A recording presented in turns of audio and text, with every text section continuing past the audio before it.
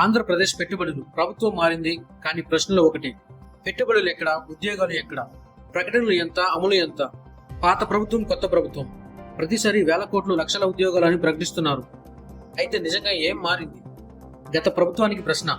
మీరు ప్రకటించిన పెట్టుబడుల్లో ఎంత నేల మీదకి వచ్చింది? జిల్లాలకు వాగ్దానం చేసిన ఉద్యోగాలు ఎక్కడ? ప్రారంభించిన ప్రాజెక్టులలో ఎంత కంప్లీట్ అయ్యాయి? మధ్యలో ఆగిపోయినవి ఎందుకు ఆగిపోయాయి?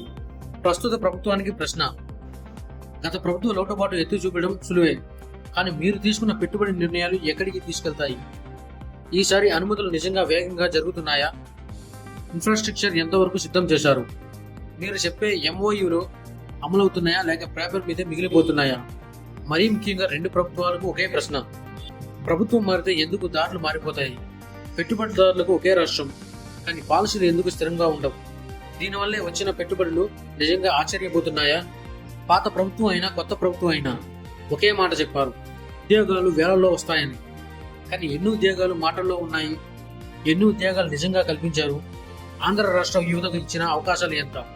రెండు ప్రభుత్వాలు కూడా లక్షల కోట్ల పెట్టుబడులు ప్రకటించాయి. కానీ మన ప్రశ్న మాత్రం ఇదే. అవి ప్రజల జీవితాన్ని మార్చగలుగుతున్నాయా? శాశ్వత పరిశ్రమలు పెరుగుతున్నాయా? లేక ఈ ప్రకటనలు ఎన్నికల సమయం వచ్చే వరకు మాత్రమేనా? పాత ప్రభుత్వమైనా, కొత్త ప్రభుత్వమైనా ప్రజలకు కావాల్సింది ఒకటే, అంకెలు కాదు ఫలితాలు. మీరేమనుకుంటున్నారు? కింద కమెంట్ చేయండి.